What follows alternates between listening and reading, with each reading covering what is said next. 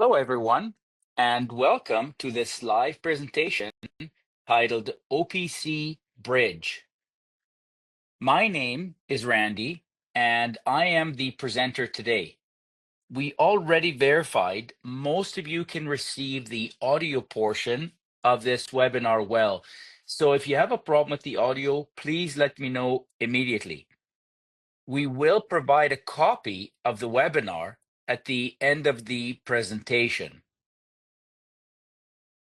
If you can't hear me well, please click telephone as you see right over here on the right-hand side, and you will get a list of local phone numbers you can call. Otherwise, if your audio is okay, just leave it at mic and speakers. Today's presentation will take about 45 minutes, including questions and answers. If you have a comment to make or a question to ask, please use the chat interface at the bottom right-hand side of your desktop as you see over here. The organizers will pass me your questions and I will include them in the webinar as we move along. If I don't get to your question during the slide presentation itself, I will answer it at the end. I will also send an email responding to each individual question. Let's get going. Once again, this webinar is titled OPC Bridge. In this webinar, we'll talk about the problem we're trying to solve, the problem itself. I'll talk about the solution. I'll explain why we need it. And very specifically, I will cover OPC Expert Bridge, where I will show you how to manually set up bridges using the GUI, how to then export your setup to a CSV that we can manipulate with Excel for bulk data bulk data setup, I guess. And also you can then import it back into the bridge. So you can set up thousands of bridges this way quite easily.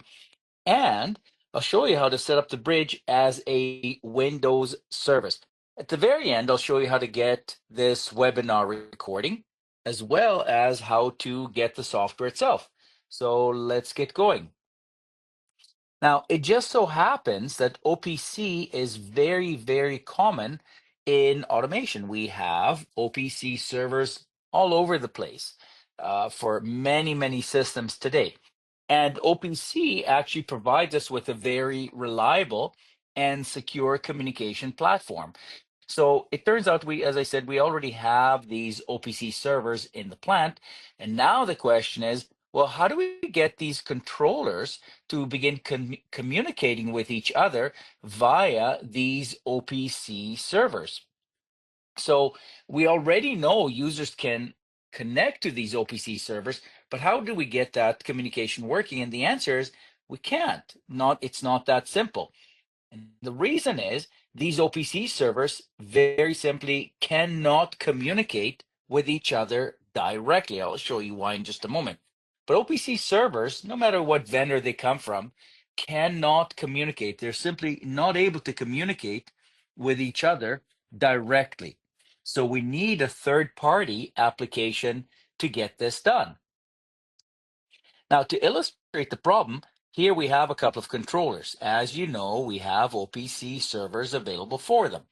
Now, keep in mind, these are third-party OPC servers. They don't come necessarily from us. They don't come necessarily from a different company. It doesn't matter who they come from. These are third-party OPC servers. They don't even need to come from the same vendor. So vendor one and vendor two. Now, as I said, these OPC servers can't communicate with each other directly. Why? Because this is a server and this is a server, and two servers are not able to communicate with each other. Why? Because they only answer requests. They don't make requests. They need a client to make that request. So we need a client like this here to read data from one OPC server and then pass that data along to the other OPC server. And this is how we can get data from this OPC server to this, in fact, from this control system up just like this, and down to this control system here. And of course, you can go the other way as well. and I will show you how to do that. But this is the bottom, uh, the bottom line here. Two OPC servers cannot communicate directly. They need a third party client. And of course, we're talking about, well, in this case, I'm showing you OPC Expert, but the point is that the vendor making this and the vendor making these two do not have to be the same. It's it's a multi-vendor system. Now, the requirements for these bridges. Well, number one, we want to be able to provide a very reliable data transfer mechanism. So if there's OPC redundancy, or maybe you need bridge redundancy, this bridge has to be able to support all of that to make sure that the communication is reliable. Remember, what is the competitor to this bridge, to doing it via OPC, is you might be using wires to connect these computers. Of course, that's very costly, which is why OPC is such an attractive option, but it has to be reliable. We also want to make sure the communication paths don't interact. What that means is, as you notice, in this case, we have two OPC servers, but we might have 3 or 4 or 5 OPC servers, a whole bunch of different systems that are connected to each other. And it might be the case that at any time, any one of these OPC servers stops responding properly. So each one needs to be on its own thread. And as a result, we need a multi-threaded system to be able to handle this. This is a very, very common problem with bridges, that they are not multi-threaded. And when they're not multi-threaded, if any one of the OPC servers stops, your entire communication will stop. We obviously don't want that. It needs to be reliable. You want to be able to visually inform of the communication status. Remember, usually this one here runs as a service, but sometimes you want to peek and you want to take a look at what's actually going on in here, and you need to be able to do that visually and in an obvious way.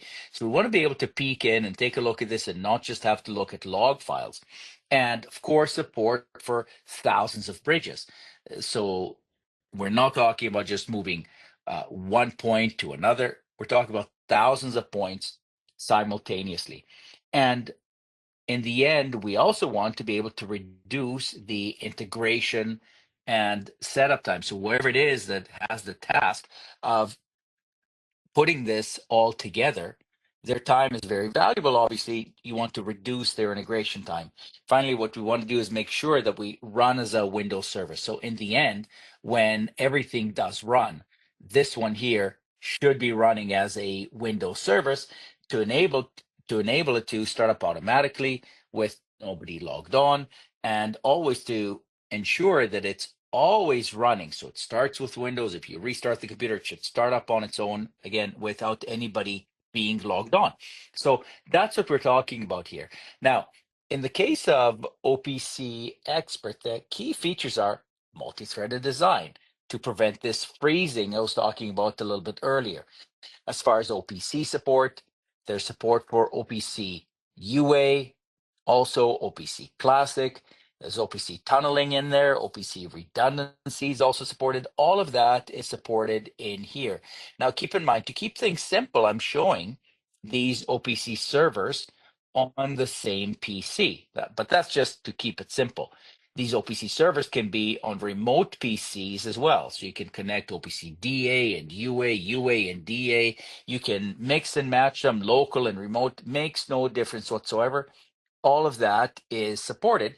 And as far as the communication support, you get all the security profiles for OPC UA, OPC Classic on domains, on workgroups, and so on. All of that is supported. Again, local and remote OPC servers, and the support for DCOM, TCP/IP, HTTP, and HTTPS. So in other words, if you have an OPC server, you will be able to connect to it. And the support goes for Windows XP all the way to Windows 11. So from very old to very new, or Windows Server 2003, all the way to Windows Server 2025. So from something very old to something very new. They're all supported. An OPC Expert will actually run quite happily on all of these systems. I'll show you the architecture. Now, what I'm about to show you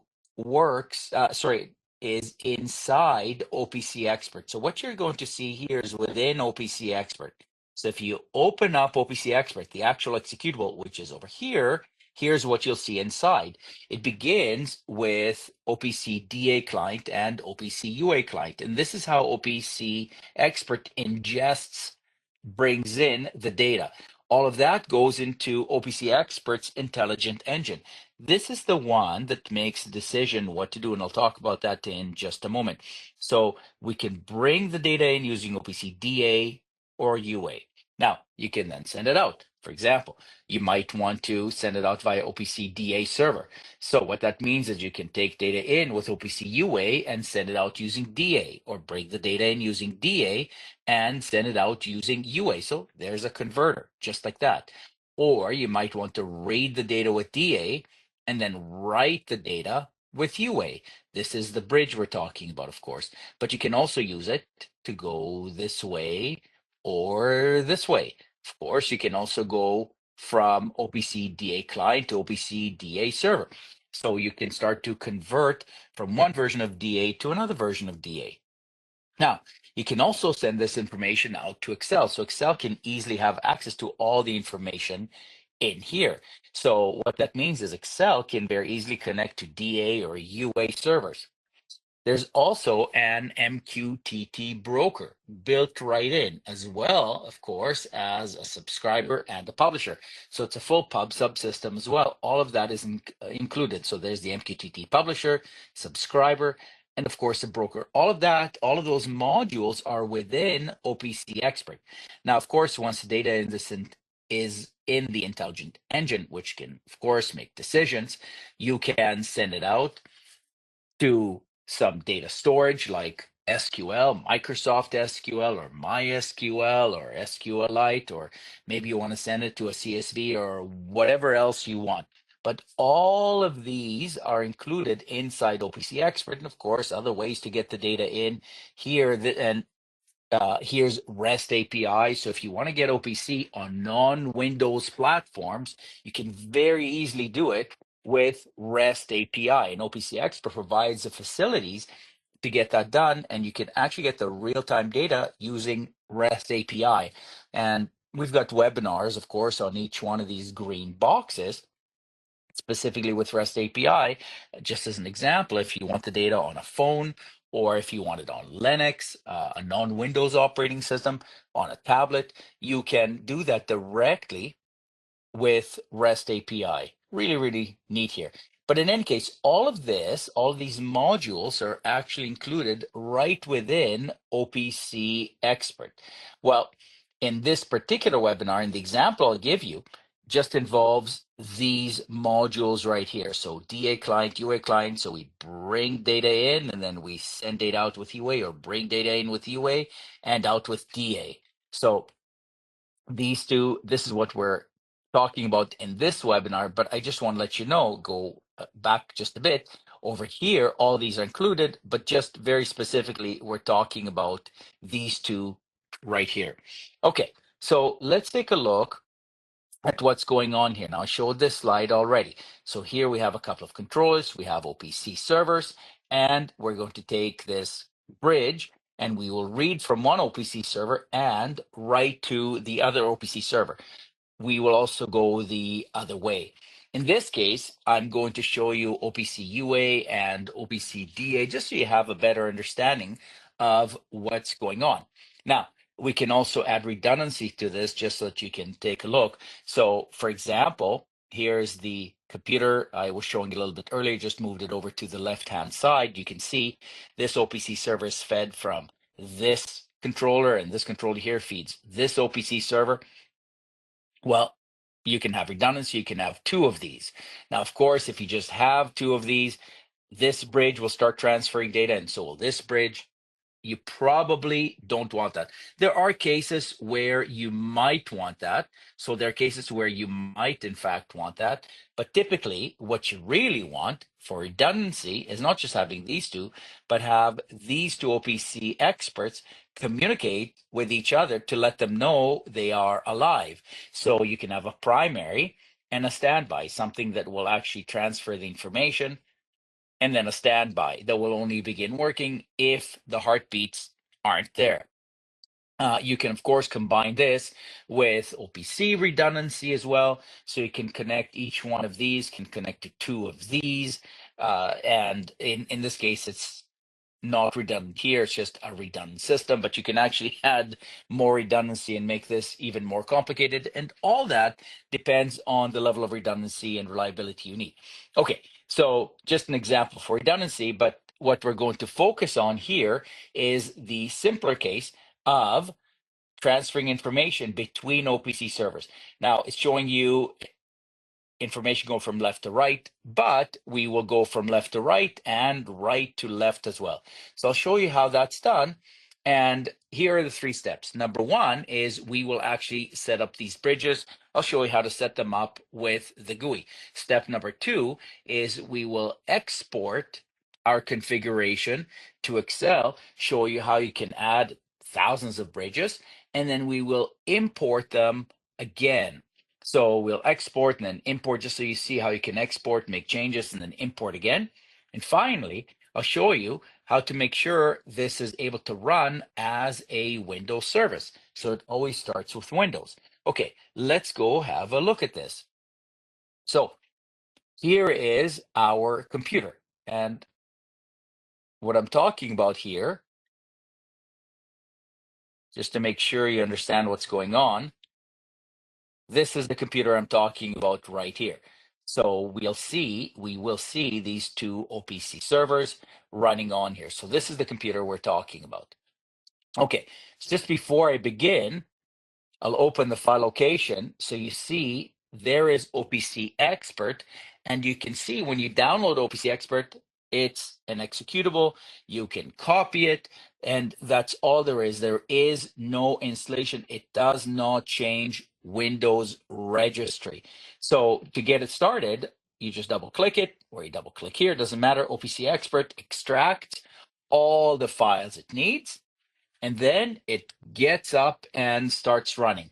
So once you're done with it, if you're just using it to experiment or to troubleshoot, you can always just delete everything. And again, no harm done to Windows registry, and everything is clean. All right, here is our computer.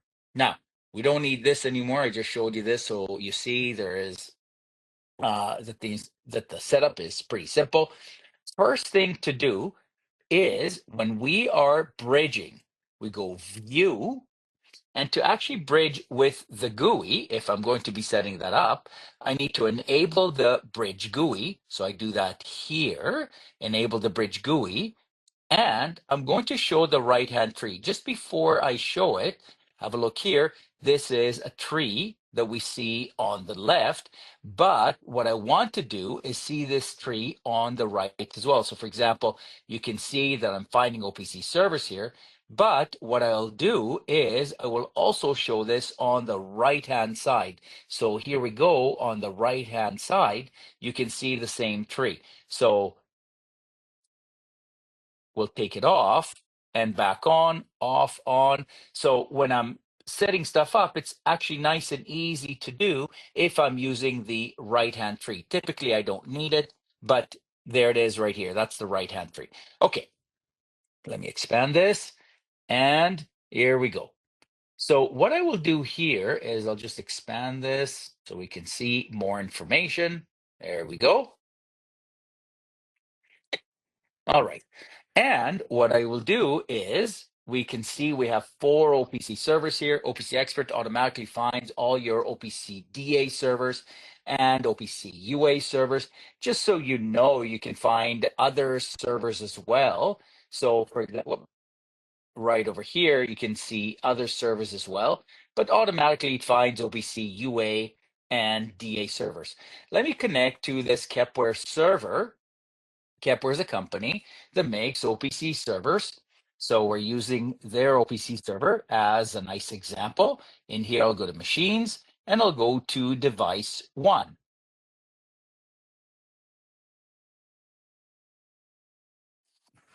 Okay.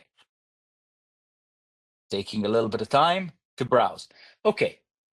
Next, what I'll do is, while this is happening, okay, there we go. What I'll do is expand over here on the right-hand side, and I'll find Iconics, which is another company making OPC servers, machine, and we can see some more items. Now, I've just labeled these nicely. You can see source flow, and it should go into destination flow. Source pressure goes into destination pressure.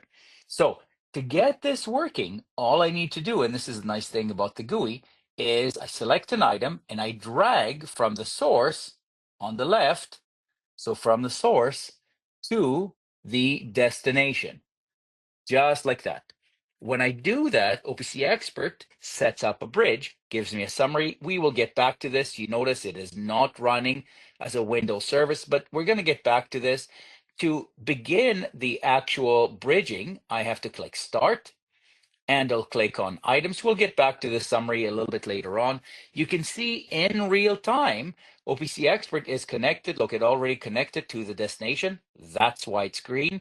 Since the bridge itself isn't working yet, you see a red X. It's not working yet. We haven't connected to the source.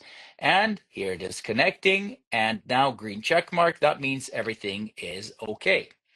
Now, once again, I want to add another item, so I drag the source and I drop on destination pressure, just like that.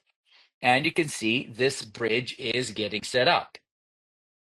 Now, remember I said this is multi-threaded, which means that I can take destination temperature as well, and I'll show you what I mean by that. Now, on the so far, what we've done is taken these three items over here and put them over here. I can also, of course, go the other way from source to destination. So if I can go from right to left, and you can see I don't have to wait for these bridges to actually get started. I can just keep on doing what I want. Yes, I fully understand. You don't want to do this for 100 bridges, much less 1,000. It's good for a few, but we don't want to do this for a lot. And manually, that is, of course. And you can see the source and destination. Here, we can see the source item ID, the destination item ID, so we can see the source and destination. We can see the item name, so user-friendly names. We can see all these different fields. All of these are actually available for you to export. And you can see the source information and the destination, and you can see data is moving from source to destination. Timestamps, qualities are showing. You have a whole bunch of other fields here. Pay attention also to the data types. OPC Expert's got no problem mixing different data types. So int32 in this case, or int16 to uint16, but you can easily connect strings to floats or floats to integers, whatever. OPC Expert will do all of that data conversion for you. So, okay, here we can see this running. Now, keep in mind, as I said, we're not running as a Windows service. What that means, and I'll just make this a little bit smaller. And now, by the way, I'm done with transferring information. So I really don't need to see the bridge, the right-hand tree anymore. So let me just get rid of it. Normally you have it on, but in this case, I just want to make sure that you see exactly what's going on. We can see the data is transferring just like that. You can see green. Okay, now what I'll do is I'll get into Task Manager. And in Task Manager, we're not interested in this. In Task Manager, there is OPC Expert running. And you can see that this is running right now. But keep in mind, this is not running as a Windows service. Showed you here. So when I stop OPC Expert, I stop the GUI, this is of course gone, and now we're no longer transferring data, but that's okay. Remember, all we're trying to do first is just make sure that this works. So if I start it again, now the data transfer will work. OPC Expert starts and automatically connects to the bridges. It's recognizing it's got bridges and it's starting back up. So here we go, and we are going to see a bridge tab. We see the summary. We see it's got 6 items. We see right now nothing is good. Oh, looks like we've got half of the connections. And by the way, here you can see half of them are working, not the bridges, but the items. These are working already, and we've got green check marks, and everything is okay. When we go back to the summary, we can see everything is working fine.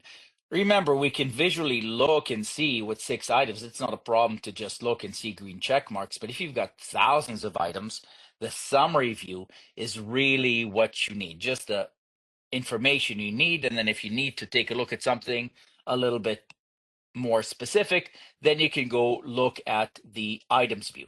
Okay, so what I want to do is, once we've got this, we're going to see how to take all this information and export it to Excel. So the GUI is very, very good for setting up a few items, and it's also very good for setting up an example. Okay, here's a setup I'm looking for. I just need something much bigger. So I'll go to File, Import, Export, Export CSV. Now, I can choose what fields I want. I can have all the fields. You can see there are lots and lots of fields. But in this case, I'm just interested in the smallest number of fields. And it's these guys. I will save them and I'll put them on my desktop just so you can see what's going on. So I'll save this file on the desktop. So there it is on my desktop. So when I double click, and this is just a regular CSV, I can actually edit it with Notepad. So there it is with Notepad. It's not so pretty, but it's easy to do. It's just a regular text file, or I can use Excel. So I double clicked it. Here comes Excel. And this is a little bit easier to see. So just so you see a little bit better, there is the title, and you can see this is the source. So we're going from the source to the destination. So source to destination. There we go.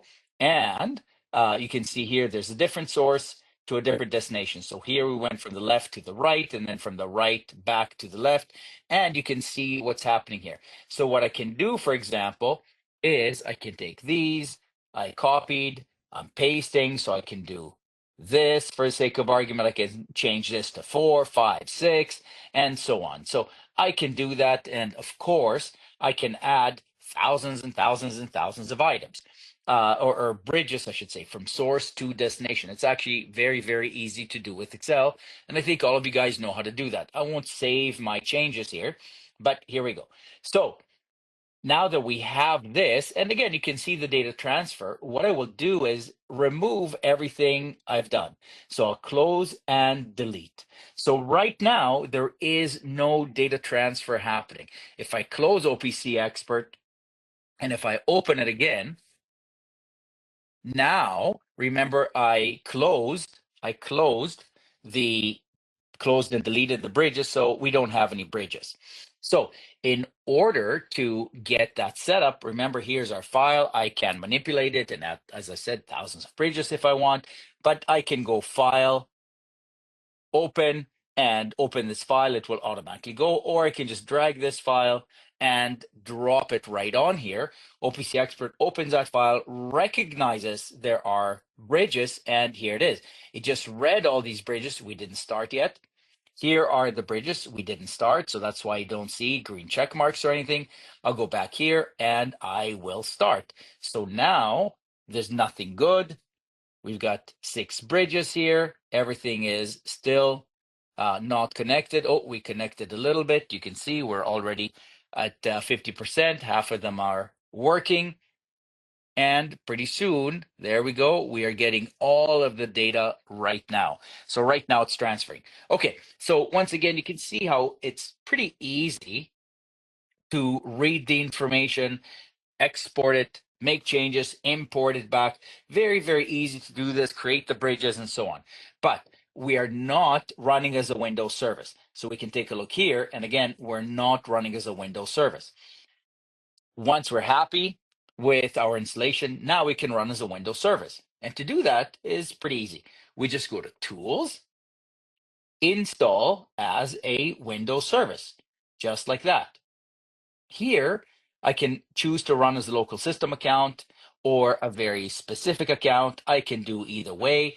And since everything is local here, we're connecting to local DA servers. I can easily run as a system account, which makes it pretty easy. If I were going to connect to remote servers, I might choose to use a different user account. Maybe, maybe not. All depends. Am I in a work group or in a domain? So it's very, very flexible. In any case, I will click OK. And now OPC Expert will get set up as a bridge. So watch this. Here we see OPC Expert Bridge Server, and it just started. So this is the GUI over here. This is the actual bridge server itself running as a service. You can see it's running as a system account and it's getting set up. Half of these are done. And we're soon going to get the other half. I can look here, but get you to see what's going on here. So we're at 100%. So everything is working again. So there we go. Just like that, you can see this working. What this also means is if I close OPC Expert, so I closed OPC Expert, but you still see OPC Expert Bridge server running, which means it's running as a service and it's actually transferring the data right now. So we don't need to have OPC Expert running. It's running as a system account. I don't need the GUI running. And now everything is working. To be able to see this again, I can just double click. There is the GUI starting up. OPC Expert starts up, immediately tries to connect to the Bridge server. And what you will see is as soon as the bridge starts working, there we go, we're already connected. And the reason is we didn't have to start connecting to the OPC servers. This is just showing what's inside here. So we can actually, whenever we're ready, if we want to see the status, if we actually want to see it, not take a look at a log file, just see it visually, we can just start up the GUI and away we go. So there we go. We're transferring the data right now. So there we go. What we've done now is we set up the bridges manually. We exported our setup. We also imported it. We made changes with Excel so we can do all of that. And in the end, I showed you how to run this as a bridge. By the way, I see comments, questions coming in. I've answered actually some of them already, but I'll go back to these questions at the very end. So there's a very quick demo for you to show you how to set up these bridges. Very, very easy. And you can see it's making the integration side very short. It doesn't take a whole lot of time to set up these bridges. Now, to get automated troubleshooting, you can download OPC Rescue or download OPC Expert. You can go to opcrescue.com or opcexpert.com and you can download these applications. If you're getting OPC Expert enables you to do many things like trending, bridging, tunneling, archiving, and so on. And in this very specific webinar, what we covered is bridging. So we talked about bridging, and we also talked about the OPC specifications we handle within OPC Expert. So we covered these three, but we have other webinars on these other topics as well. To get more learning on OPC, just come and join one of our vendor neutral, hands-on OPC professional, certified OPC professional workshops where you can earn your certified OPC professional designation. And you can do that by attending one of our hands-on workshops where you learn how to configure DCOM and OPC UA, you learn how to troubleshoot OPC systems, you learn how to properly secure OPC systems, and learn OPC best practices. You actually get two computers. You get a client computer, a server computer. You configure them all yourself. You troubleshoot them yourself. You fix the problems. Then we break them again for you. Then you fix them and we break them. So it's a good guy, bad guy kind of a team. And through this, you learn how to troubleshoot these systems really very well and set up the security to avoid any kind of hacking. We show you exactly how to do that. Now, these workshops are remote, which means that there is no travel. They're interactive with the live instructor, and these are live remote classes. The people in there are from other companies. These are public classes. So you get to learn with other people. But we also do this very specifically for individual companies. So you can take a look, you can do your own private training for your company, remote, or we also go on site for you. And that's available as well. You can take a look at the dates at opcti.com.